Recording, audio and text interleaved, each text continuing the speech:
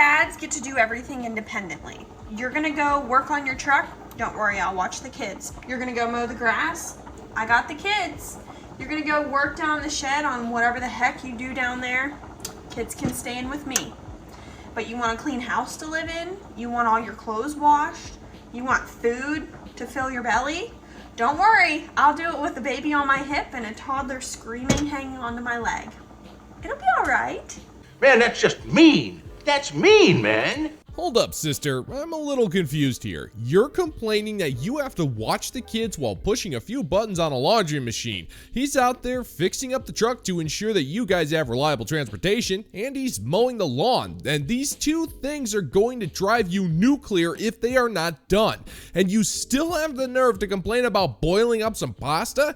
Okay, then if you're such the expert, what's the solution? Should he be watching the kid while fixing up the truck so he can get hurt with all of the dirt and tools lying around? Or should that baby be playing in the backyard while he's trying to mow the friggin' thing? Or how about you mow the lawn and he can do the laundry? Would that be better? You complain and complain and complain, but you offer no real solutions outside of holding your baby near scalding hot water in a pathetic attempt to shame your husband for no other reason outside of the fact that you clearly don't like him. So because you're not offering out a solution, allow me to be the bigger gentleman to provide one for you, darling. Maybe you should shut up. Let's talk about 3 signs you have a minimum effort boyfriend and it's time to stand up and dump him. Part 2. In my opinion, the last one is by far the worst, but I see it all the time. Number 1 is when you tell him you want something or you need something from him, he calls you dramatic or high maintenance. You want more communication from him, you're dramatic. You want to go on dinner dates more often, you're high maintenance. You're not dramatic or high maintenance, you just have standards. Number 2 is he's all talk, no action. Constantly tells you about the amazing dates he's going to take you on, the trips he wants to go on with you, the flowers he's going to get you, but he never actually does it. It's like he thinks talking about it is the same as doing it, which it's obviously not. And the last one, possibly the worst one, is that he'll go out of his way for other people, just not you. His friends want to go on a super expensive, cool fishing trip. He is so happy to spend the money, plan the trip, but when it comes to taking you to dinner or on a date, it's too much work. He doesn't want to plan it. You figure it out. I'm going to pretend to understand what that means. You know what I realized about the whole minimum effort thing? It's pretty much just a modern woman's way of blaming us for giving them exactly what they wanted. Think about it for a second. For the last few decades, modern women have told us to leave them alone, to never approach, that we were homogeneously awful in every capacity. So we honored that demand, and then they turn around and are furious that the remaining men were simps that she could never respect, and the players who don't need to do much to get her into less than pants. She then has the nerve to complain that these men are not doing enough to please her, and when they really don't friggin' have to. The majority of self-respecting men don't pull crap like this. We're too busy being ignored for something like that to happen, but that doesn't stop broads like this from acting like this is the norm. But it's not, sister. You told us to leave you alone, so we did, and now you're reaping what you've sown just like you wanted. You're welcome. Hey, you're welcome. Hey, don't mention it. Use that freedom in any way you like. I feel like the dating scene in Scottsdale, Arizona is representative of how the new generation is going to date. That genuinely scares the shit out of me because this city is unlike anything I've ever seen before in my life. Not only that, but I'm pretty sure it was actually rated one of the worst cities for dating in the US for 3 years in a row. And it's not just Scottsdale, it's a mix between Scottsdale and ASU, but this is ridiculous. It's genuinely like the men and women in this city absolutely hate each other. I guarantee you I've never seen 2 sexes in any city that hate each other more than they do here. Every guy here swears that every woman is just looking for money, and because there's so many attractive women, the men are used to 10 out of 10s, so they don't care if you're attractive. Genuinely, when I say looks don't mean shit here, they don't. At the same time though, there's so many opportunities here for attractive women outside of the dating scene. It's also influencer territory, so every attractive woman has a following and is pretty much an influencer. With all of that combined, it's like the women don't feel like they need the men and the men don't feel like they need the women. So everyone fucking hates each other and complains all the time. No one's loyal, everyone cheats, and the sexes are at war. Don't date here. Wow, that's fantastic work, man. You have the wisdom of a 6,000 or 7,000-year-old man. That's fantastic. We don't have to fill up the whole blackboard after all. Woman, where have you been? I mean, I'm not kidding here. Where in the hell have you been? Modern women have straight up been hating on men for the last few decades, and dudes pretty much just had enough of it. The biggest difference between modern women and dudes, well, besides the vanity, the rampant entitlement, the vocal fry, the desire to watch true crime dramas, their crippling addiction to shaming dudes for petty reasons, not to mention the dream of doing makeup tutorials on TikTok, it's that men don't really hate women. We just dove for cover because most of us got sick of the rhetoric. And this idea that men are just emotionless, hateful psychopaths who just love to hurt women is just downright false. It's also extremely offensive. And when the men aren't seen as the scum of the earth, they're expected to fund her lifestyle while also getting nothing in return except more pointless grief. So yeah, you can't be surprised that the dating world is in the mess that it currently finds itself, sister. And that's everywhere right now. It's not just Arizona. You know that? Of course I do, sir. Everybody knows that. Of course we do, sir! This is for the men. Before you date a woman, ask yourself this one question. Am I gay? Could I be gay? Is there even an ounce of a possibility that I could be gay? Do you even like women? Or do you just want something from them? Do you care more about impressing your boys or other men rather than a girl? Does male validation make you feel good? When other men think highly of you, approve of you, agree with you, does that make you feel good? Does that do something for you? Do you want to impress men? Or do you want to impress women? What does it for you? I'm not joking. Ask yourself these questions before you start dating women, before you start wasting the time of women. Okay? All right. What? Well, I hate to break it to you, sister, but just because men can form bonds with other men under the banner of brotherhood, it doesn't make them gay. It just makes them dudes. You, on the other hand, will condemn the men simply because they care more about the lifelong bond he's formed with his brothers than he has with a woman who's only good for getting into less than pants. Meanwhile, you care more about what other women think of you. You crave female approval and validation more than you do a man's, and you take advice from women when it comes to men. You follow women's beauty standards and hope that other women notice you when you wear an overpriced piece of fabric on a quote-unquote date. So answer me this, woman. When you care more about the thoughts and feelings of complete strangers than you do the men in your life, you really need to ask yourself, am I a nice person? Because it sounds to me like you're not a nice person, which is why dudes aren't interested in you. Good, but I would say it's horrible yet terrible. Ugly yet disgusting. You suck. If you only take one thing from my channel, I want it to be this. Men will find time, money, and energy that they didn't even know existed before you if they want you bad enough. If they care about you bad enough, and if they want to make the relationship work at all costs. I have been with rich men, I have been with poor men, and I can tell you there is no difference between the two, other than lifestyle and how dumb I was at the time. But I will tell you, the similarity between both is the man who wanted me bad enough would find 26 hours in a day and make it work. He would find money that he didn't even know he had to make me happy. Energy that was fathomed from the gods because he knew that would make me happy. Give me some money. Give me some money. Well, it sounds to me like this guy wasn't able to make you happy because even though he did all of the work, he's been relegated to the past tense, which means that he is no longer in your life. So that means you don't know what you're talking about, sister. Besides, why should that man find extra time to work to get money to buy you things that'll make you feign interest in him? What are you doing for this guy? Because those nails of yours renders any basic tasks from cooking to being able to pick up loose change almost impossible, so what good are you? You're demanding of a man and you've yet to show any form of equality that a man would appreciate, let alone work his fingers to the bone for. Now, I'm sure you're one of those people who think that bedroom fun is what a man wants and you'll give it to him if he pays you enough. And if that's the case, that does not make you a viable candidate for a long-term relationship, sweetheart, but it does make you something else.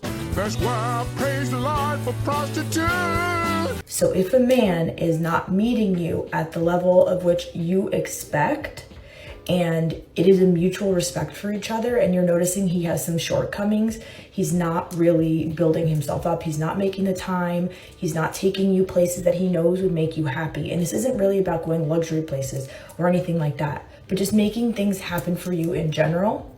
It's because he doesn't want to. And he's saving up that time, energy, and money for the girl that he actually wants. Whether in his life currently or he sees a future where somebody is just different than you are and he wants something more. He'll save that coin for the girl he actually wants.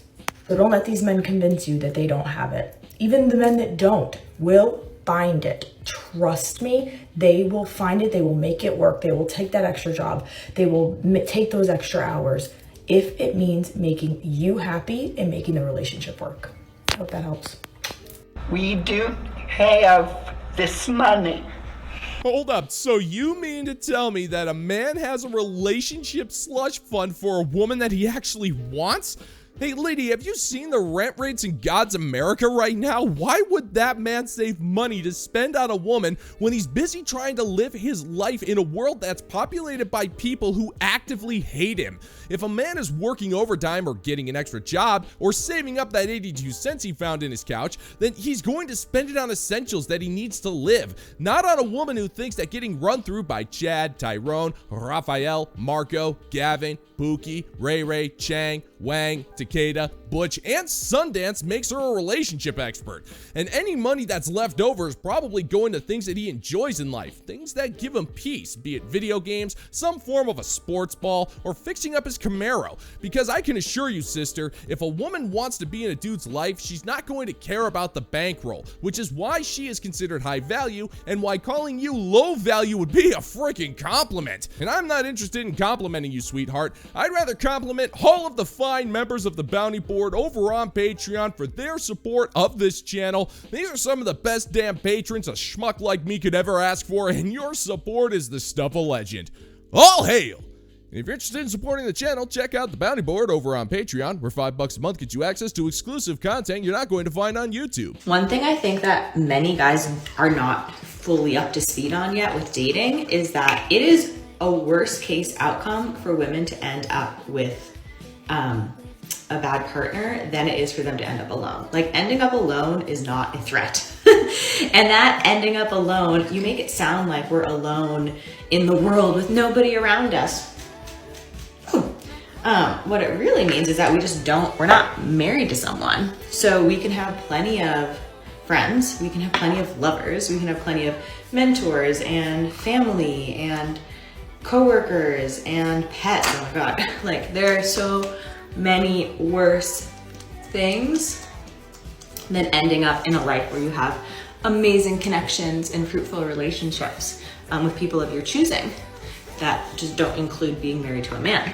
So I think once that kind of like gets into the psyche of more men, they will actually understand and be more empathetic toward, you know, the history of relationships and how there is a different requirement now.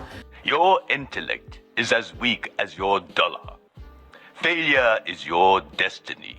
You disrespect yourself and your nation. You are made of stupid. You know when you're in one of those really cool movie theaters that only plays old movies that are actually good? I mean, you're sitting there enjoying some popcorn and watching Die Hard with a Vengeance. McClane is driving through Central Park. Samuel L. Jackson hadn't cut off his balls yet in the name of Hollywood. And Jeremy Irons is just having the time of his freaking life. Everything is awesome when, boom, it freaking happens. You got a popcorn husk lodged in between your back molars. And you're trying to ignore it, but you just can't. Bruce Willis is doing a racisms, and you're just there hoping that your tongue will push out the freaking husk, but it's really no good. Messing with it just makes it worse. And it's not exactly painful, but you just can't stop thinking about it because it's always there. And that is the real world equivalent of a loneliness that a modern woman feels on a daily basis. They try to ignore it, but they can't. It's always there, and there's nothing they can do about it. And they work so hard to try to ignore it that they end up focusing every fiber of their being on it instead. But unlike her situation, which can't be fixed by dental floss, ours at least comes with some pretty cool car chases. From men to be chosen by a woman, because women now don't need men for things like a mortgage or a bank account. And that really was enough to get some women over the finish line historically, or a lot. You know, we wanted access to financial tools and we didn't get them without being married to a man in many instances. So I think men will get, like, I mean, I know if you're a man, you get that. Or like, if you hear me saying it now, you're like, oh, that makes sense.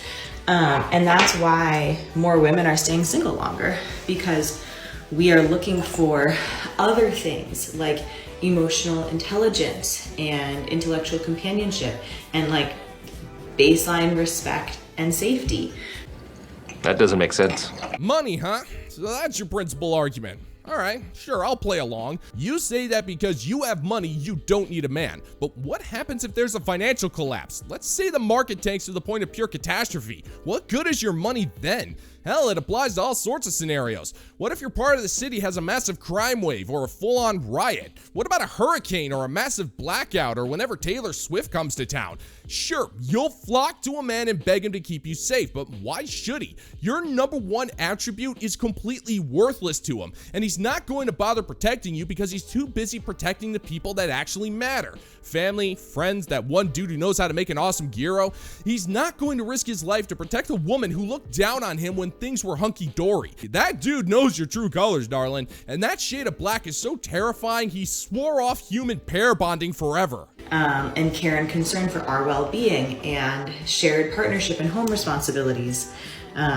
Those things now need to be there. Otherwise, being in a relationship actually makes women's quality of life worse. I'm sure you've heard of the data of like the highest quality of life is single, unmarried, childless women.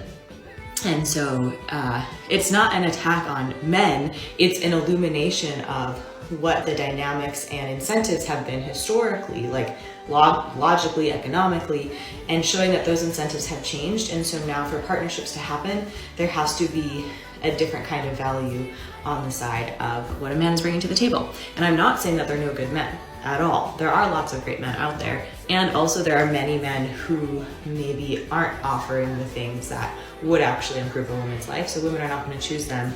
And it's not the worst case scenario for a woman to end up alone. So that is not a threat.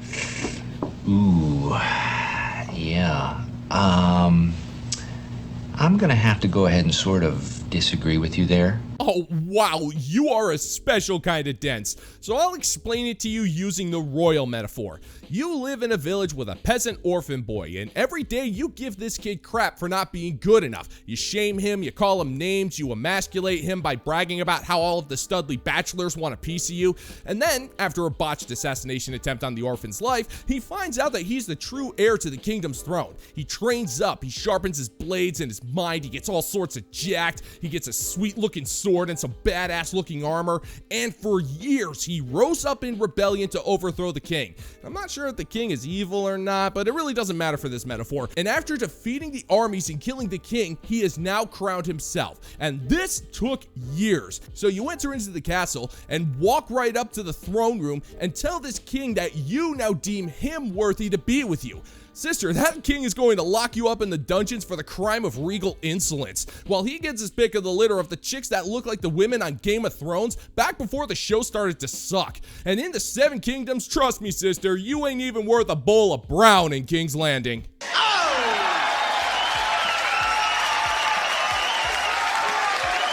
And that's gonna do it for today's video, gentlemen and gents. And as always, if you find that my particular brand of comedy is bringing you to the brink of laughter, then why don't you scroll on down and click that like and subscribe button, ring the notification bell, leave a couple of comments, and be sure to share this video so we can give the good old-fashioned middle finger to the YouTube algorithm. Thank you once again for checking out the new video, gentlemen and gents, and until next time, peace out, homies.